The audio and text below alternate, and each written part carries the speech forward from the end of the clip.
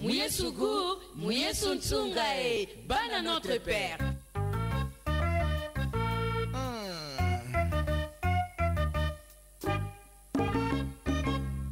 Mouyesougou, Mouyesountungae, bana notre Père.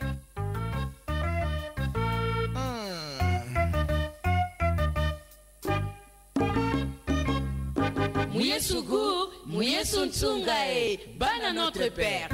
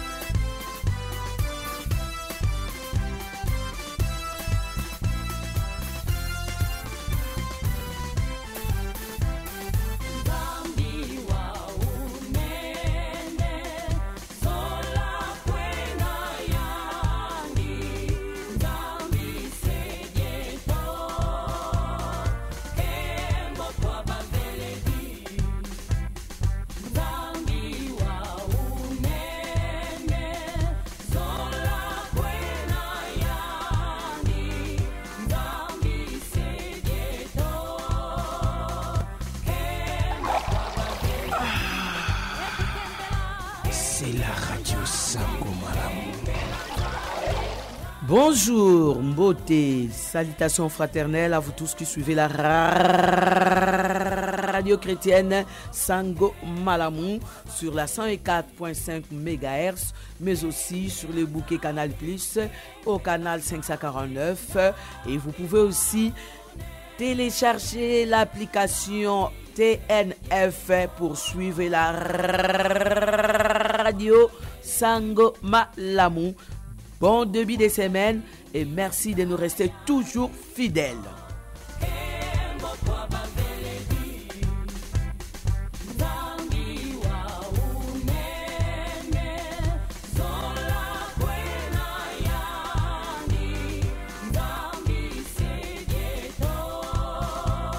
Nzambi wa unene, le Dieu est grand, grand Dieu. Nzambi wa unene, zola ena yandi. Yango alobi na biso wato lingi ye ya lingi biso kembi la Nzambi, louer Dieu, louer, célébrer, exalter, élever les dieux vivants qui nous gardent, qui nous protègent, qui nous bénit, qui nous donne encore le souffle gratuit ce matin. Mon frère, ma soeur, Nzamba linginga, Nzamba lingiyo, Nzamba lingi biso, yango nde bolingo na ye elamusi biso na tongo ya lelo. Ezali beefsteak te, ezali shawarma te, ezali hamburger te, ezali fumbwa te, ezali makaya bolia kilobi te, mais nous sommes debout parce que Dieu nous aime et par sa grâce, il a renouvelé le souffle de vie.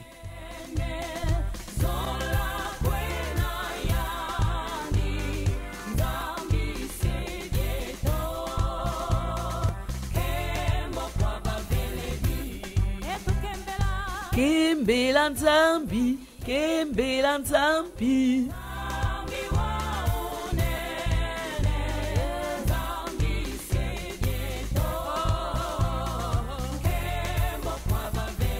C'est maintenant ou jamais que ozali na bo moyo e bana kokumisa Nzambe yaya tongo etani moye bimi côté mususu mbule beti côté mususu ozali komona ba séisme côté mususu ba incendie côté mususu ba liwa côté mususu ba guerre côté mususu motona likambo na ye mboka na makambo na yango ya malamu pe ya mabe mais awa biso Yesu atelemisi biso Yesu alamusi biso, Yesu apesi biso kimia, apesi biso makasi ya kotelema ya kotambola, ya kokoma na école, ya kokoma na hôpital esika osalaka, ya kokoma na wenze, ya kokoma na boutique, ya kokoma na pharmacie, ya kokoma esika ozali mama papa ozali kolandanga na radio chrétienne Sango Malamu, au micro et à la technique Mère Angèle Mpaka esengeli na biso toyeba kopesa ye merci. Toyeba kokumisa ye, toyeba kotondo ye o poso ebandi,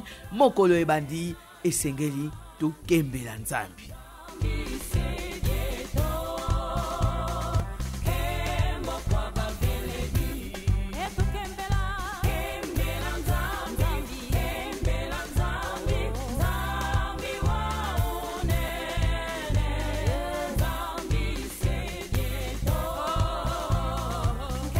Nzambi Sedieto signifie simplement que Dieu notre Père. Dieu est notre Père, raison pour laquelle nous qui suivons la radio Sangomalamu et la télévision Sangomalamu, nous sommes les Bana notre Père. Ah, nous sommes les Bana notre Père parce que la Bible nous dit à ceux qui l'ont cru et qui l'ont reçu, il leur a donné le pouvoir de devenir enfants de Dieu. C'est-à-dire, aux amis, moi, dans notre Père, si tu as accepté et tu as cru en Jésus-Christ. Boyete, hein? Kembi lanzambi mpangi. Na kilumbu ya mepesa nge, na ngolo ya mepesa nge, na ina mesadila nge, nge fweti kembi lanzambi. Batu ya inti ya ive, batu ya nza ya ive, boke batu, bake funa nge, boke luta bo, kasi nzambi, yandi kaka ke luta ve, ya uina mumekuiza, kutubila nge nshi, nge fweti kembi lanzambi. Yani mepesa nge ngolo, yani mepesa nge diplome, yani mepesa nge nketu, yani mepesa nge ban, yani mepesa nge bakala, yani mepesa nge bima nyoso yo kena yo. Ah, kembila nzambi ko ya.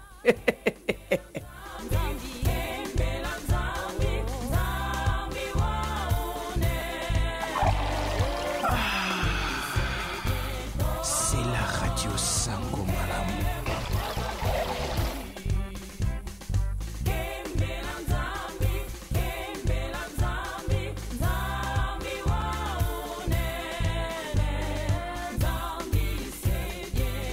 Oyembelaki mokili yaya, okumisaki noko, okumisaki papa, okumisaki chef, okumisaki président, okumisaki directeur. Lelo directeur azali sous-souté, ce directeur est mort, ce directeur est passé, mais Dieu, notre Père, Dieu le Père, Dieu le Fils, Dieu le Saint-Esprit, cette Sainte Trinité demeurera éternellement. Aucun jour okoyoka ke balimwe bazomwa susute bato mokili okobetela bango maboko po bazali kosunga yo bato mokili okopesa bango confiance parce qu'ils sont autour de toi pour les actions, les bonnes œuvres oyo bazali kosalela yo, mais sache que ce sont des passagers. Mokolo moko bakoleka yaya, mokolo moko bakozala lisute, soki bazate yo kosala nini yango na ye koyebisa yo kangama na Yesu, kumisa Yesu et accroche-toi à ce Dieu que tu dois servir, que tu dois louer tout le jour, matin, midi, soir, parce que ce Dieu est éternel.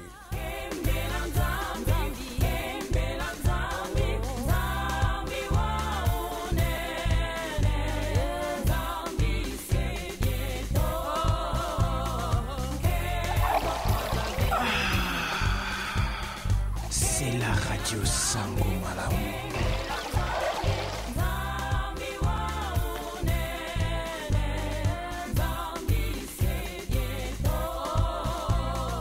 Kimbo kwa baveledi. Yaya, maman, papa.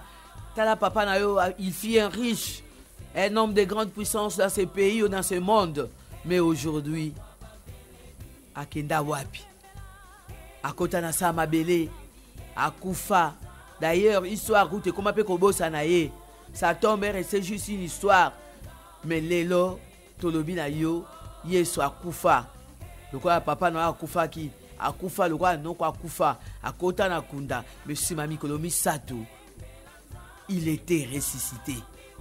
Yango na ko bondela onde ko molinga mina kombo na Yesu na mawa na Nzambe yaka ondi mela Yesu wana ngonga yango yako yamba ye lokola mokonzi pe mobikisi yako zala na ye yako yeba ye yako luka ye yako salela ye yako mikaba na maboko na Yesu wana yako mipesa na maboko ya Yesu wana yako longwa na isika yo zali. Fais le premier pas. Fais les premiers pas pour aller vers Jésus. Il t'attend. Ses bras sont ouverts, grandement ouverts, pour t'accueillir, pour t'accepter, pour te recevoir dans sa maison, dans son royaume, dans la famille de Bana, notre Père. Yambaye le kwa mokontimo bobikisi. Ndi mali lo bana ye. Tanga Biblia. Yambaye salela ye. Kangama na ye. Accroche-toi à Dieu pour aye bako salela yo. Oh ya minene. Koleka o bata mokili bazali ko salela yo te. azaka nzambe se moko wana nzamba munene o aleki bato nyonso o aza likolo na moto nyonso o aza likolo ya enseignant likolo ya professeur likolo ya roi likolo ya reine likolo ya prince likolo ya président likolo ya empereur likolo ya député likolo ya sénateur likolo ya ministre likolo ya tata na mama na yo likolo ya ba oyo yo tielaka motema olobaka bango nde basalaka kenga na zala. C'est vrai, bango de basalaka yo zala, mais sache qu'au-dessus d'eux, il y a un Dieu o ya salaka ke yo sala nini ozala. Yende nzambe wana ne ko lobela yo lelo, yende nzambe wana ne ko tombola lelo, yende nzambe wana yo yebisa yo te olanda o kangama na ye ya ke bana bato mokili tu seras dessus, ke bana bato mokili okolia matiti, okobela gastrite, okobela hypertension, okobela hypotension, bato ya mokili bazali kaka bato ya lelo tu t'appuies sur eux, mais demain ils vont s'écrouler. Mama oyo lingaki mingi ye wana bakundaki ukendeleki yaya oyo afuta ya Minerval ye wana moto tutaki nzoto eza na morgue sikol noko oyo alobaki no rentrée scolaire oyo kobanga te, je suis là moi ton oncle, je suis là, il a tapé la poitrine a tutaki tolo ye wana lelo komi obenga téléphone komi soit Tintin soit Milou. N'as-tu pas compris les messages de Dieu mon frère ma sœur? Que moto c'est moto, comme aime le dire notre Kiré Abbé Ephraim. Albarayaya, moto c'est moto. Minerval c'est aujourd'hui. Bah objet classique c'est à yo. Est-ce que frère stage yo mtoza na université? Assez à foutre yo. Mais alobaki na famille bo banga te, le maman na banga kufinga moko na bango en charge. Azo koka yo yaya. Mususu kutu yaya moko azo koka bango te bongo yo. Yonda kokuka. Yaya, bana kili balobaka yebela. Yebela yaya ngonga yango yo. Ngonge kokinde konangai. Détour de toi du mal. Potala objectif est la kaka kotala Jésus Christ. Lui, Jésus-Christ qui est mort pour toi, qui a payé la rançon pour toi. Asopaki makila na yepo yo oye bako kozwa bomo ya lobiko. Oya futaki motuya na ekulusu oya sombaki yo na makila na ye ya talo. Il a versé son sang, il a livré son corps pour être yo oye bakozala na bomoi. Mais kino tango nini okotambola na nzela ya mabe? Kino tango nini okopesa nzambe mokongo? Kino tango nini okokangama na moyibi na lokuta na avortement na ba viol na songi na empoisonnement na ceux qui n'honorent pas ton Dieu et peut-être qui ne t'honorent pas non plus. Yaya, talela Yesu.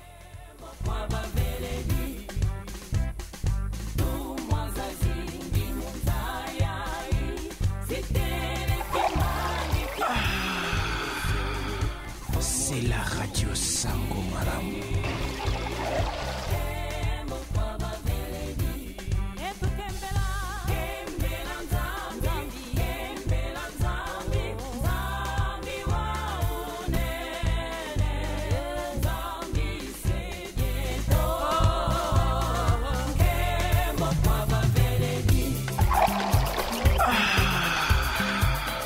C'est la radio Sango Malamu.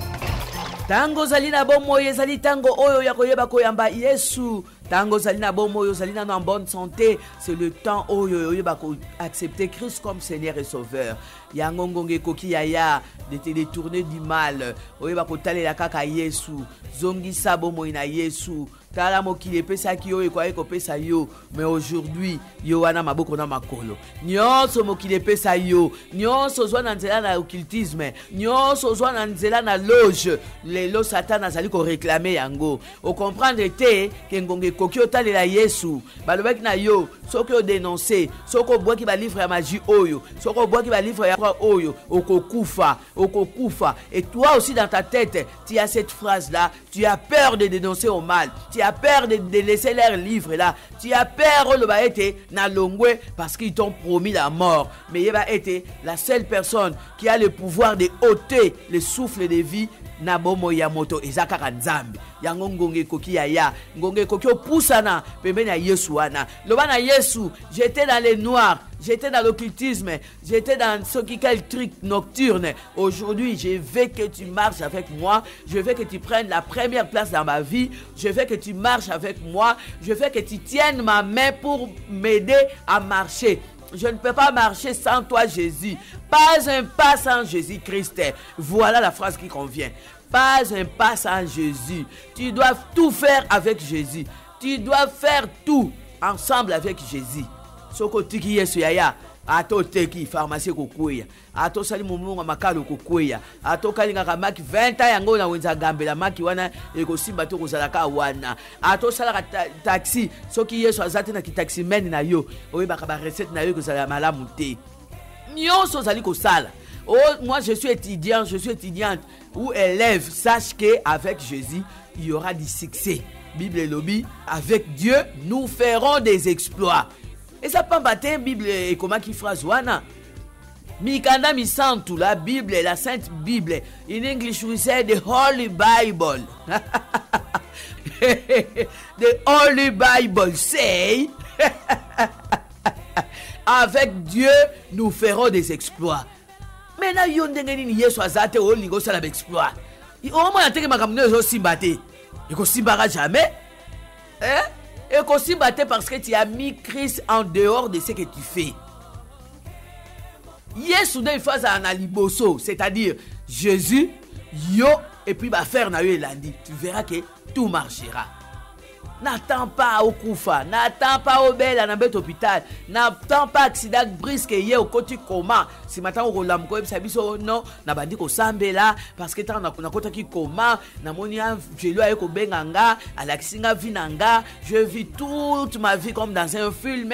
Non, maintenant comme je suis revenu à la vie, je dois accepter Christ comme Seigneur. Non, n'attends pas que tu tombes malade. N'attends pas n'attends pas que ozala la situation difficile pour oyamba Yesu le roi mo continue mo bigsi. C'est maintenant. Leo jolei. Now. Today. Wunu. Kambasi ko yaya wunu kaka. Foti landa Yesu, foti kanga mayeta tanzambi. Benu tutatulanda kukisantu, kungimpesi kuna mbanza ngungu. Mboti lureni abwe benu mavimpie.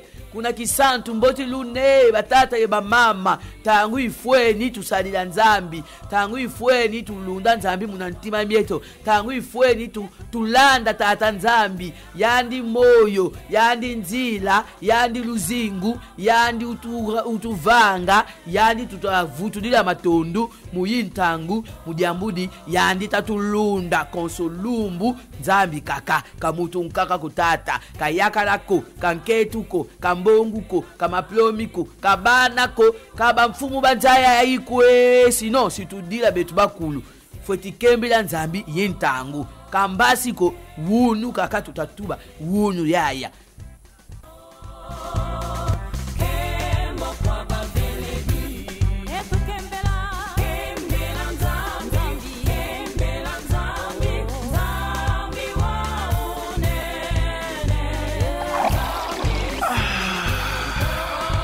C'est la radio Sango Malamu.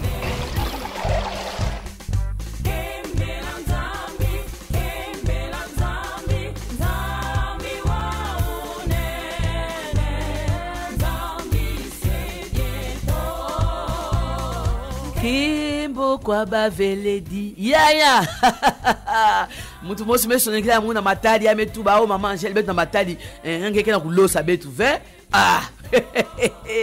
mbote na belo yoso kela kolanda betu na matadi batata ba mama bampangi ya Gigi bampangi ya Angel bampangi ya Arnaud Congo bampangi ya Vincent na matadi bake tuba bampangi ya Vincent ta papa Gigi bampangi ya Vincent bika nzambi sa kumuna beno bana notre père ya matadi benu kembote voilà betu tubaka radio sa malamu ya feti banda na matadi ni faso bala matadi bika nzambi sa kumuna beno benu kangama na tata nzambi benu keba na batu ya inza yai benu keba na bangwa kashi benu keba na batantan keto benu keba na bampangi na bakuze kuzine bake pesa nge kima kasi ngana mbasi ngeme futuka diaka bake tubila nge mububu ya muke muna mbongo ve ben pe kulomba ko kulomba kaka ben mukela batata na ben kela ba mama na ben bato aiti ya ngeke baka nge déception la dige où ngeke baka déception na bangwakazi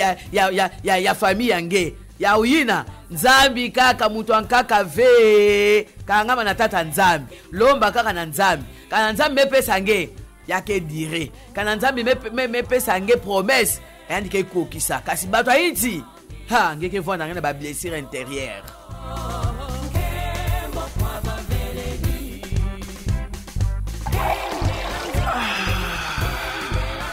C'est la radio Sango Malamu.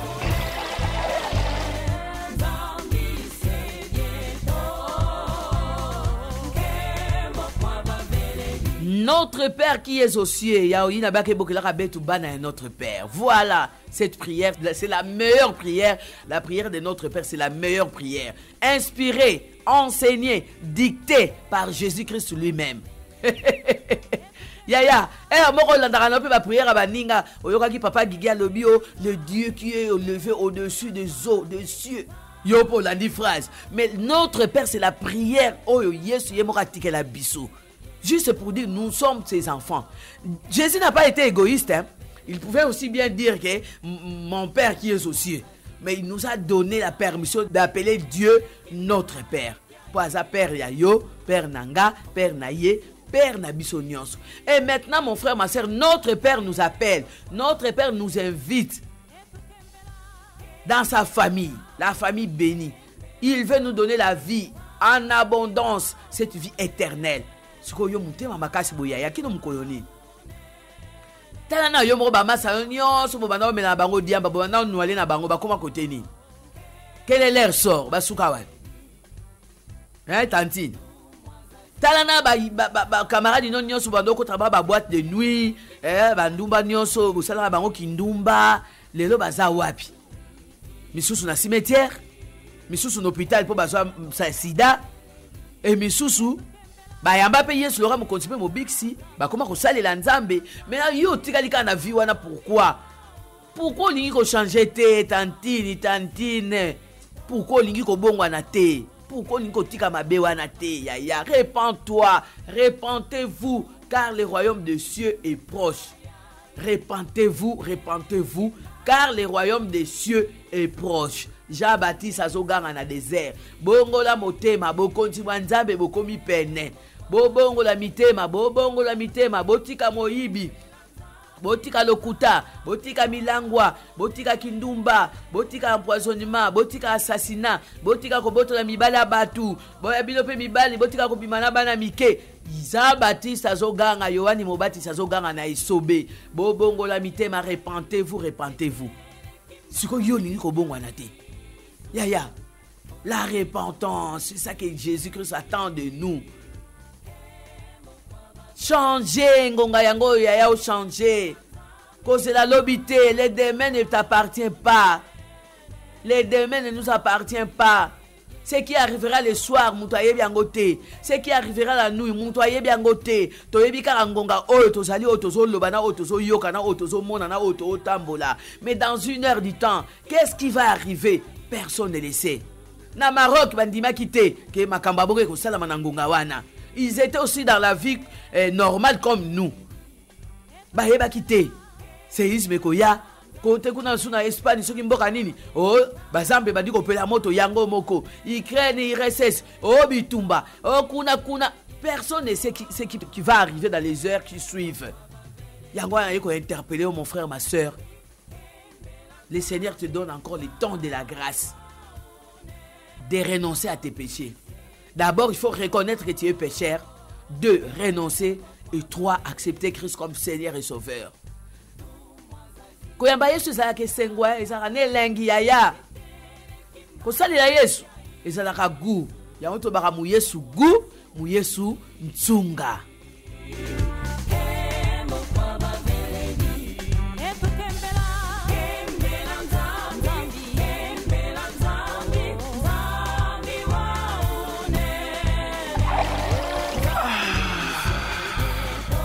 C'est la radio Radio Sango Malamu.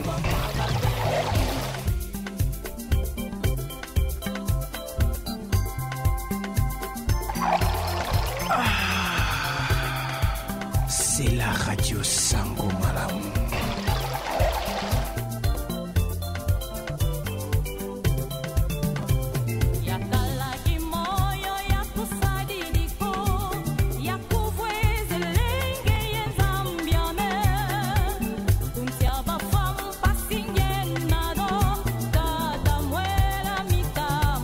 Et voilà na bomo yo sengeli ko salela Yesu ko yamba ye lokola mokonzi pe mobikisi ya soki na bomoyi oyambi ye lokola mokonzi pe mobikisi te bongo na se akufa okende ko sala nini dis-moi là-bas il y a pas d'adoration, il n'y a pas de prière, il n'y a pas de culte, il n'y a pas de messe, il n'y a pas de réunion, il n'y aura personne pour te prêcher, il n'y aura personne pour t'évangéliser, il n'y aura personne, il y a rien de ganga boye. Oakolobano que Joseph gonge kokio yamba yesu loka mokonzipe mobikisi. Jean yakato ke d'église bon yakoyo enseignement, yakato landa radio sango malamu.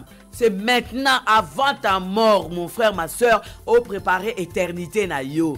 Ozalaki na mokidobo Yesu kutia bafua mumpasi si ukala ya kutia bafua mukiadi kutia bafua mawana mawa ngonga ya ngoyo lokolo za na bomoi salela nzambe sino toko lelebele sino toko yemba nzembo ato yembi déjà oso kendaki oso kufaki ata to salelo misa ata to confier aux actions de grâce quels que soient les termes que l'église va utiliser pour célébrer ta mort. Si tu n'as pas accepté Christ comme Seigneur et Sauveur dans ce monde, sur cette terre de vivants, yebara kunantia ba foi. Chizengu bitu bia chanana.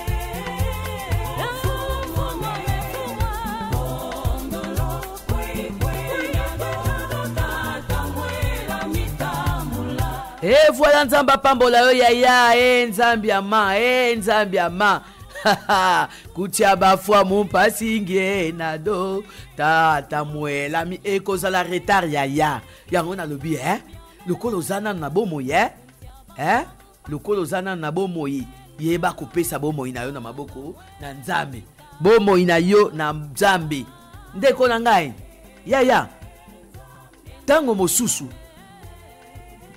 Papa Guigui, et ça peut n'abattre Moussouba Yamba Yesu par curiosité, hein. Il a vu, bon, Guigui part à l'église, moi aussi je pars à l'église, bon, je le suis quand même. Bon, comme il peut l'église, bah, TIP, on lui Sangwa TI bien, pasteur, TI qui to quoi, non, frère, vraiment, il y a côté. On lui bon, Tikangape, nan Yamba Kaka. Bah, lui, bah, nan Yamba Yesu, pour na Sony, yaba bébé, bah, vrai chéri, oh, mon nakat église. Tu t'es gêné, tu dis, bon, si je ne me lève pas, ça va me gêner, les gens vont se moquer de moi. Bon, tu as télé, au salini ni au payé, au télémi. Oyambi Yesu kaka na motema te na oyambi Yesu ya solo te, oyambi Yesu libanda pour faire semblant, pour faire voir aux gens que tu as accepté Christ comme Seigneur et Sauveur. Mais on accepte Christ dans sa vie, toute sa vie, de tout son cœur, de toute sa force, de toute son âme. Nde yango nga nazali koloba yamba Yesu na motema na yo mobimba na makasi na yo mobimba pe na molimo na yo mobimba. C'est-à-dire quand tu dis oui, mais voici Seigneur, sache que tu te lèves pour le servir, pour que toute ta vie soit donnée à Jésus-Christ. Vous comprenez? Yaya, paix sa corps, âme, esprit na Yesu. Zamba pambolon de konanga de kwa lobi otali na télévision moni séisme na Maroc otali ba accident de ba o lakisa na télévision ba ba okufa na ba moto otali ndenge mutu alalaki na ya lamuki te o moni somo ya ba image wana olobi te tikanga pena sa nini yamba Yesu wana osali eloko te kobanga ne mte yambisi yo yesu na famille na biso batu nyonso bakufaka le 2 novembre avant to koma novembre na sala nini na yamba yesu na bata kosambela te yamba yesu parce que Jésus-Christ est venu par amour envoyé par Dieu son Père pour toi. La Bible dit quoi? Jean 3,16. Oh, batu nyonso la yebi na ba paye ba yeba verset wana car Dieu t'a aimé le monde. Ya. Car Dieu t'a aimé. Prends les mots monde là, les noms monde. Tia kombo na yo. Le ba car Dieu a aimé Jean, car Dieu a aimé Junior, car Dieu a aimé Eric, car Dieu a aimé Sylvie, car Dieu a aimé Christina, car Dieu a aimé tia kombo na yo qu'il a donné son fils unique afin que moi Sylvie, moi Jean, moi Joséphine, moi Dieu donné que je puisse croire et accepter Christ pour que je sois sauvé. Quand il y a un problème dans la famille, quand il y a une vague de problèmes, tu acceptes Christ comme Seigneur. Au commis mon Christ, il y a l'église, aux ongles protocole, aux ongles intercession, aux ongles groupe d'adoration, aux ongles misala na église pour ozo banga. Pour ozo banga nini que likamama be komela yo. Mais tango makamane ko leka vague wana ka sore leki famille ezongi bozongi bien, obalusi mukongo, obosani Yesu. Wana chizengu na chiluba balubaka bintu bya chanana osali eloko moko te.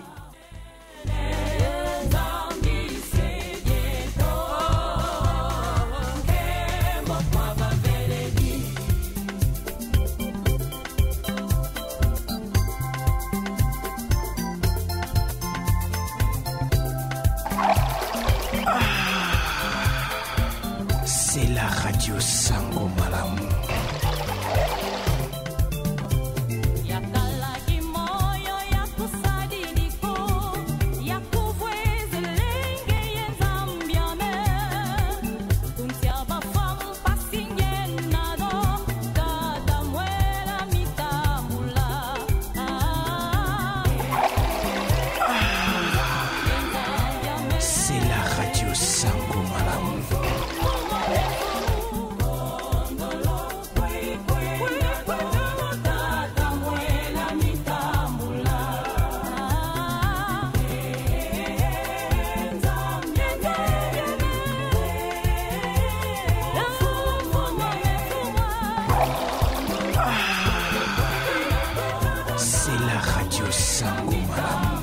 Accepte Christ comme Seigneur et Sauveur parce que Jésus-Christ est mort sur la croix pour nayo. Maman, papa, yaya. Basala nzambe te, basala nzambe blague te, basala nzambe likelemba te. Kilelo za mo Kristu, lobe ozongi mo pagano. Lobe ozalaki mo pagano, lelo komi mo Kristu. Nzambe basala na ba jete. Mwela mitambula po azwa ame na yo esengeli ozala oyo ozali ya ye. Akozwa ame amemi yango na repos éternel. Na okende na repos éternel epa ya nzambe. Na okende na lifelo moto ya seko na seko. Mikolo ba moye bandi. Mikolo ba moye bandi. Mikolo yo ba moye bandi. Repos éternel ou tourment éternel. Voilà. Okeli felo tourment éternel. Bando banda kozika. Ozika kakaka. Ya. Na repos oyo nzamba pesio kimia okena yo kopema kuna louange kaka na adoration. Adoration butu na moi. Saint, saint, saint est l'Éternel. Les ciels et la terre sont remplis de ta gloire. Hosanna au plus haut des cieux. Na okene na tourment éternel yaya. Olingi kopona nini?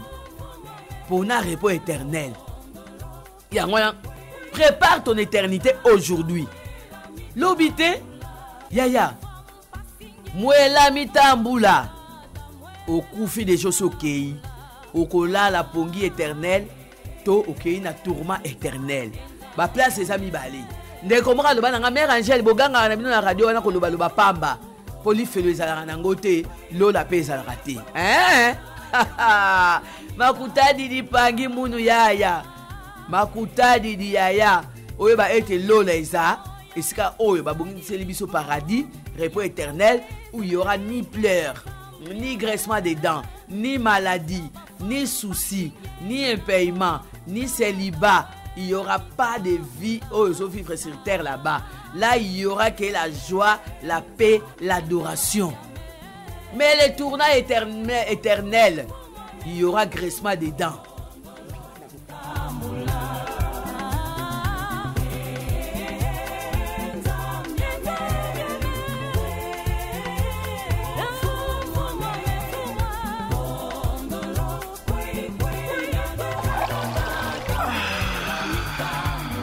C'est la radio Sango Malamu.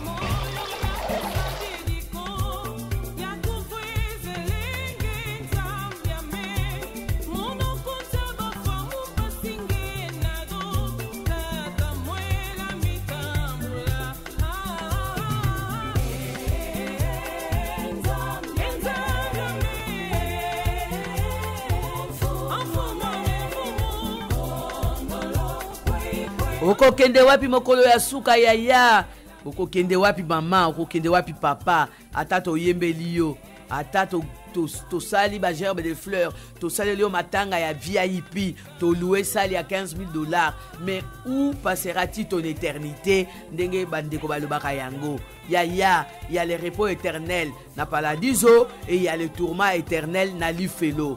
Il y a un monsieur qui m'a dit, Mère Angèle, vous n'avez pas dérangé, vous avez laissé Jésus rester en paix. Il vous avez laissé Jésus se reposer en paix. Parce qu'à tout moment, laissez parce que l'enfer est vide, le paradis aussi est vide. Il n'y a pas de problème. Si aujourd'hui l'enfer est vide, le paradis est vide, un jour il y aura le jugement dernier. Parce que la Bible ne ment pas. Bible est consacrée yaya. Ngonga yango yoko sana bomoy osalela ye oyeba ye oluka ye olanda mateya oyoka mateya otanga biblia oganye ba âme o partager liloba na ye osala malamu kozela lobi te lobi eza ya ngate lobi eza ya yote lobi eza ya bisote lobi eza ya nzambe ye moko ta yebi o ekoyela ye na bangonge ezali koya yango na mon frère ma sœur ngonge koki oyamba Yesu le quoi mon continue mon bix. Salutations à toi, une salutation particulière à notre sœur Nicole Elita qui nous suit depuis camping. Que Dieu te bénisse ma sœur.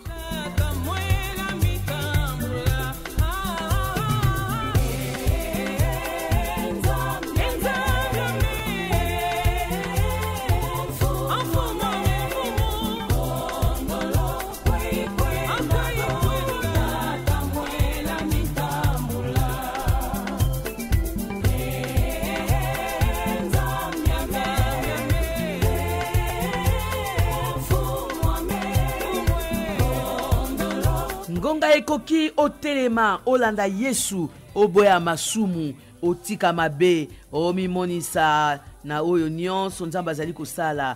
Apocalypse 3:20 alobi na telemi na ekuki ya motema na yo nazali kobeta oya kondima ngai oya koyamba ngai na kofungola na soka fungoli motema na kokota pona koma moninga na ye ndeko na ngai. Matthieu 9:9 elobi na biso boye de là étant aller plus loin, Jésus vit un homme assis au lieu de péage et qui s'appelait Matthieu. Il lui dit, suis-moi. Cet homme se leva et le suivit. Nazo bandela yaya. Paul ba na robanda na kolanda Yesu angu ndenge nini? Usa ndenge nini kolanda Yesu angu? Balanda Yesu angu ndenge nini? Matthieu 9:9. Yo yebika Matthieu 7:7 ya kosenga. Yo yebika Matthieu 7:7. Matthieu 9:9 ezali pe yaya. Natanga ngo da nutanga. De là, étant allé plus loin, Jésus vit un homme assis au lieu de péage. Et ça le quoi ndekwango afanda ki na péage à Kasangulu. Voilà exactement na péage à Kasangulu. Asala na bureau na péage à Kasangulu. Le ko ndeko na biso mémoire qui dit ma oyo to pesimbote asala na péage à Kasangulu. Voilà. Alobi avant de péage à Kasangulu et qui s'appelait Matthieu. Jésus lui dit, suis-moi. Cet homme se leva et le suivit. Mon frère, ne discute pas. Ça le quoi Matthieu a telemi alandi Yesu. Yesu alobi landa ngai. Alobate ko no, ngala on se ba kamine so uta kisantu, ezoko ta Kishasa, na on se ba kamine uta Kishasa ezoko kende kisantu Kasangulu, pona yeba kufutisa ngo péage, yo soko ya ko benga yo nani. Matthieu se leva et suivit Jésus-Christ. Ngonga yangoyo telema yaya bongwana tika bizaleli mabe tango yangoyo olanda Yesu kozela lobite lelo nde lelo wunu nde wunu leo jo leo today.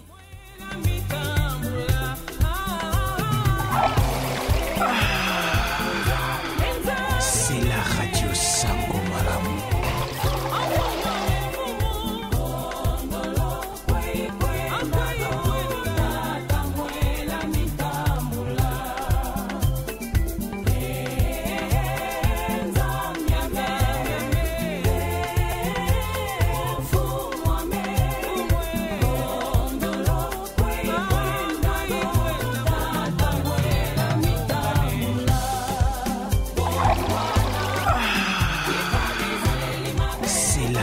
Sango Malamu.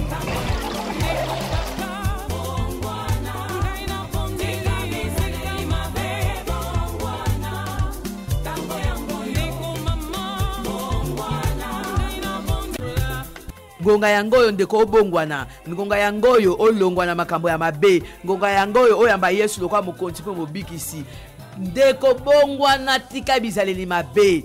O mesana kobotola mibale ya batu, yo kaka batata batu, yo pe papa kaka bana mike, soki bana na baseli bango bongo kosepela, yo pe moteki zododo, yo moteki diamba, yo moteki lotoko, ba peki so tika koteka lotoko zo détruire vie, ezali ko bebisa, yo lobi ote na sambela kanga pe tika kote yanga Yesu, na sala nga mo Kristu, d'ailleurs kutu na yembaka na chorale. D'ailleurs, na sala na protocole. D'ailleurs.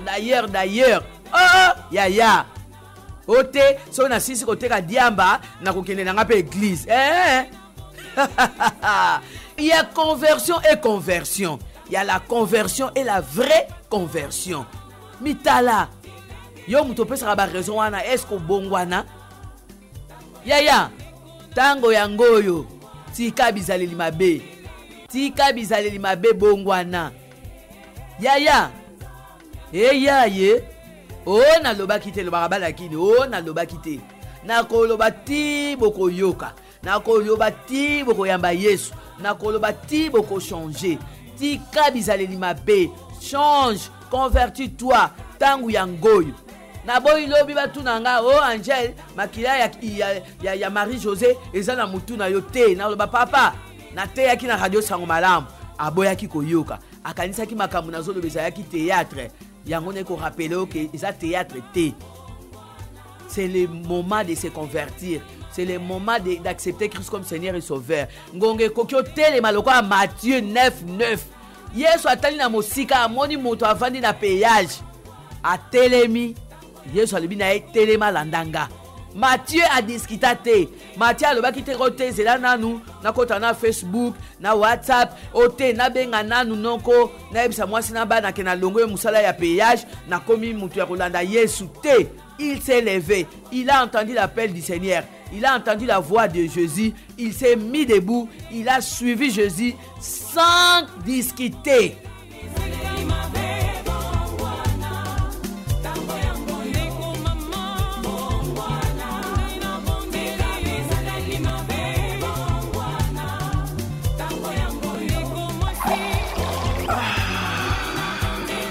C'est la radio Sango Malamu. Tika koshina yaya, tika diamba, tika lotoko, tika moyibi, tika kindumba, tika songi, tika koboma, tika kochela batu ba poison, tika koyiba, tika mabe, tango yangoyo, obongwana. Tango yangoyo oyamba Yesu lokoya mokonzi pe mobikisi. Tango yangoyo olongwa na groupe ya bakamarade ba memaka yoka na makamba mabe. Tango yangoyo olongwa na groupe ya bato balobaka bofinga papa na bino. Tango yangoyo olongwa na groupe ya ba oyo balobaka boyiba mbongo epa ba parents bokende ambiance. Tango yangoyo otelema, sortez au milieu d'eux. Tout ce qui t'empêche là, oyo balobaka na yoka yaka to kende ko sala nini, bala moko kaka te ko sala nini. Yaya tango yangoyo.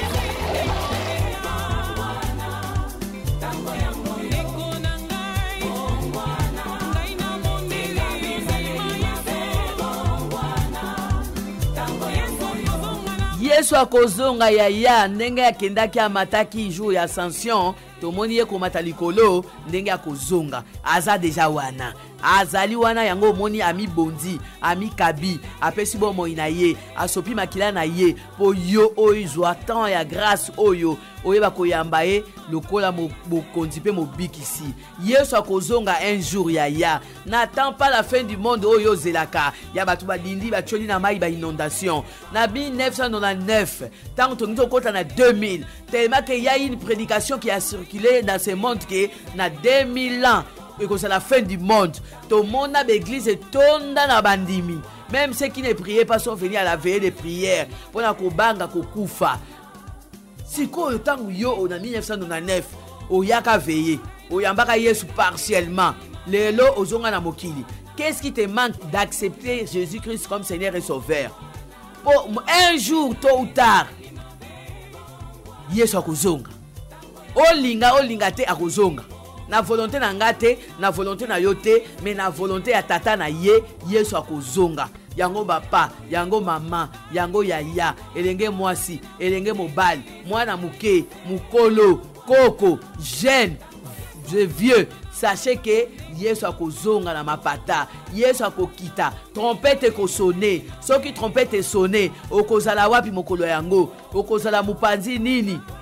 Okozala kote nini ndeko nanga ya mwasi, okozala wapi ndeko nanga ya mobali, ngonga ya ngoyo, tika mabe, tika bizaleli mabe, bongwana, ngonga ya ngoyo, lokola tozolobela yo nano, lokola ozana na beto hôpital, lokola ozana na prison, lokola ozana na boutique na yo, lokola ozoteka na pharmacie, lokola ozali nano esika yo ozali kolanda radio sango malamu, tango ya ngoyo.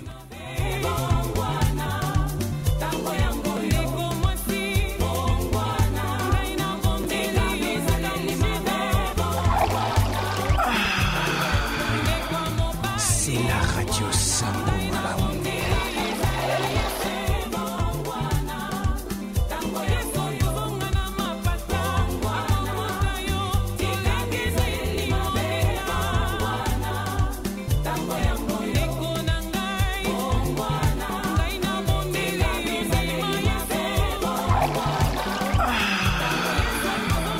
C'est la radio Sango Malamu.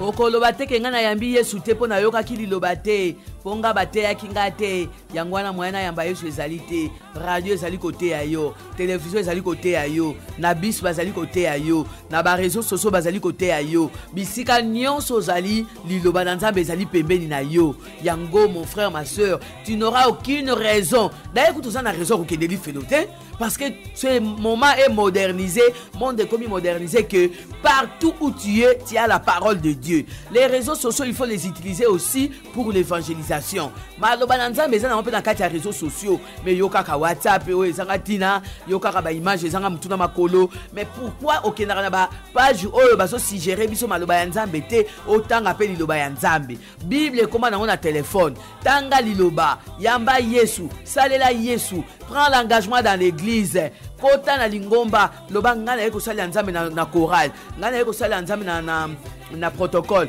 ngana yeko sala Nzambe na intercession ngana yeko sala Nzambe na likambo songolo mpakala. Mon frère ma sœur le Seigneur a mis tous les moyens monde peut teli biso ba moyens nyonso o to kokipe ko yoka liloba na Nzambe yangwana ndeko mwasi ndeko mobali ko kendeli felote sinote Nzambe na banjelu ba koseka yo po ozana ba opportunité nyonso ya koyeba Yesu ya koyamba ye ya kosalela ye ya kokangama na ye ya kotambola na ye.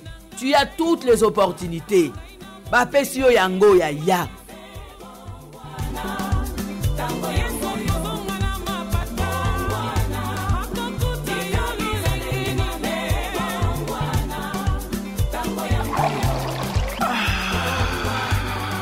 C'est la radio Sango Malamu.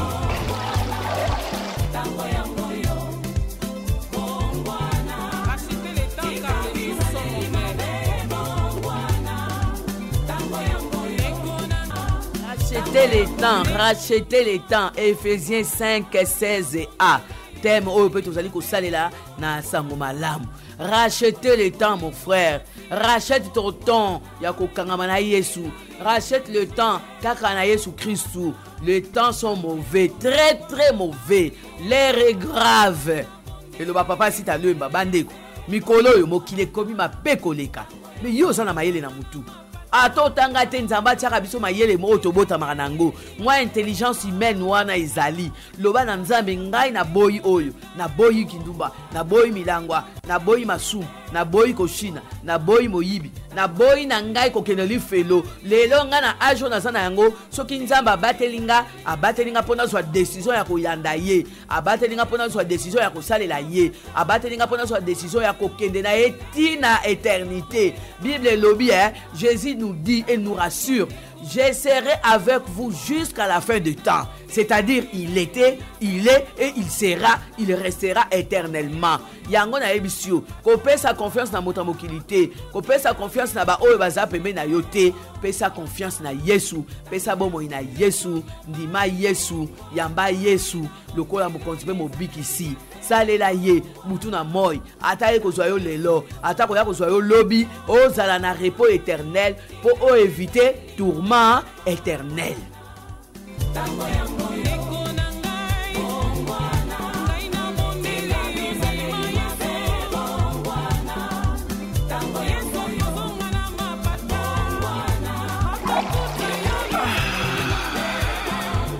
C'est la radio Sango Malamu.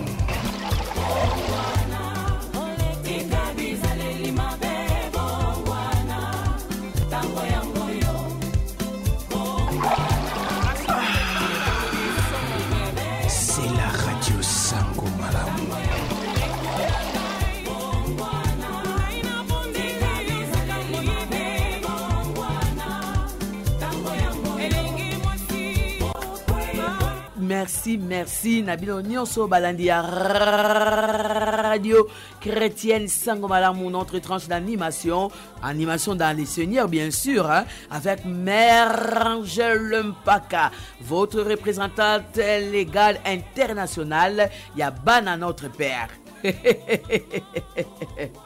Mouyesu Gu, Mouyesu Ntunga. Veuillez télécharger l'application TNF na Play Store pour suivre la télévision et la radio Sango Malamu en ligne. Mon frère, ma soeur, Ngonge Koki, oyo nga na kotika bino, Ngonge Koki, oyo tokabwana na bino, kasi ndeko yeba ete, lola ezali, lufelope ezali, oyeba ete, l'amour de Dieu existe. Nzamba linginga, alingi yo, yangwa tindi Yesu Christo, akufela yo na ikulusu. Eloba papa, fait ma banga, paix à son âme. Yesu akufela yo po alingi yo. Nzamba tinda ki Yesu po yo zwa bomo ya seko, vie en abondance et la vie éternelle gratuitement au kofuta eloko mon côté. Yami balé, reconnaître que ozali mosumuki. Et yami satu, yamba Yesu le kwa mokondipe mobikisi. Pona kubate la bomo inayo, bomo yo ya libera, bomo ya seko na seko.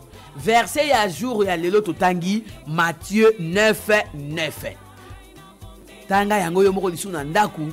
Oyeba lolenge ni okosala po landa Yesu Kristo. Kasi awa liloba na Nzambe mikanda misantu elakisi biso ete Yesu amonaki na mosika Matthieu oyo azalaki mofutisi mpako, oyo azalaki moto ya DGC to DGI, oyo azalaki moto ya douane, amoni ye na mosika azali kofutisa mpako. Yesu atali na mosika alobi ye ifa koma mosaleli na ngai. Tangu Yesu apusani pembe na Matthieu atuni Matayo landa ngai. Bible lobi Matthieu se leva et suivit Jésus. Yango na eko yebisa o mama, papa, yaya, soko zolanda Yesu. Soki Yesu abengi yo, ezalaka na discussion te. Ba discutaka te. Yesu alobi na bengi yo na ndoto, na message, na mateya ndenge nga alobi boye, eloko ya kosala ezalika ya kotelema pe kolanda Yesu po osalela ye. Nzamba pambola bino. Esika bolandaki Radio Sango Malamu. Merci de nous suivre partout dans le monde. Mère Angèle Padka était au micro et à la technique. Pourvu que Dieu nous prête vie. Matthieu 9:9, les versets du jour. Répentons-nous et suivons Jésus. C'était ça les thèmes. Tokutani mikolo ezali koya. Bonne suite des programmes sur la radio Sango Malamu. Vous pouvez nous contacter au 089 80 12 456 243 89 80 12 456. Restez branchés sur les antennes de la radio Sango Malamu. Que Dieu vous bénisse. Yo yo.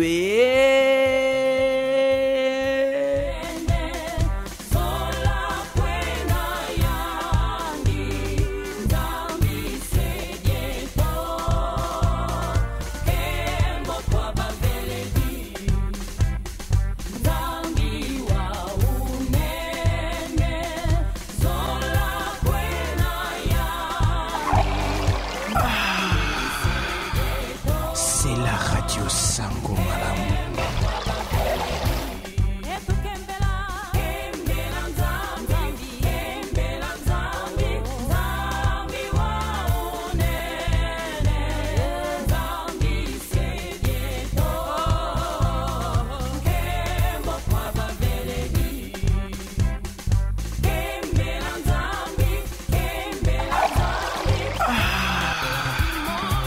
C'est la radio Sango Malamu.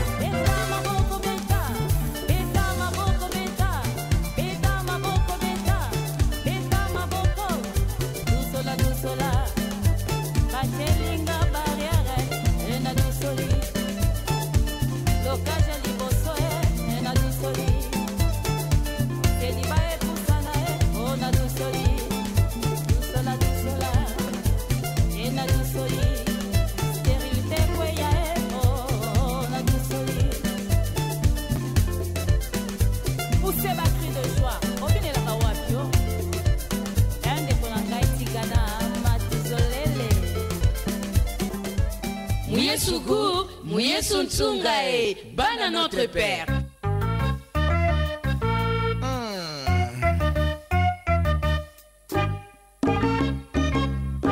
Mouyesugu, Mouyesuntunga et Bana notre Père.